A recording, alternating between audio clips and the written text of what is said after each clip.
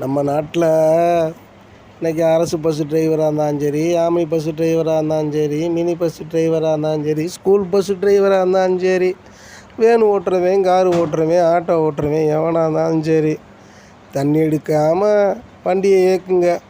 நீங்கள் தண்ணியை அடிச்சுட்டு வண்டியை இயக்குனீங்கன்னா அதனால் பல உயிர் போயிடும்.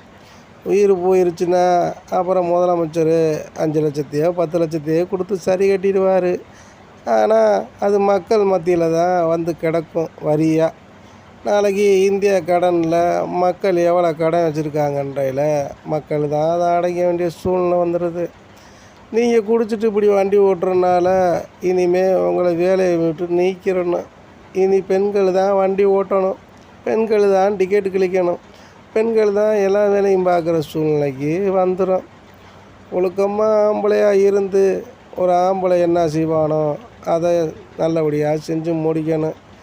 மோட்டார் கையில் வச்சுருக்கையில் குடிக்கணுன்ற எண்ணம் வரக்கூடாது. வந்துச்சுன்னா அரசாங்கம் அவனுக்கு தனியாக பனிஷ்மெண்ட் கொடுக்கணும். அவனுக்கு கொடுக்குற தண்டனை ஒட்டுமொத்த டிரைவர்களுக்கும் சேர்த்து கொடுக்கணும். இதைத்தான் எதிர்பார்க்குறோம் நாங்கள்.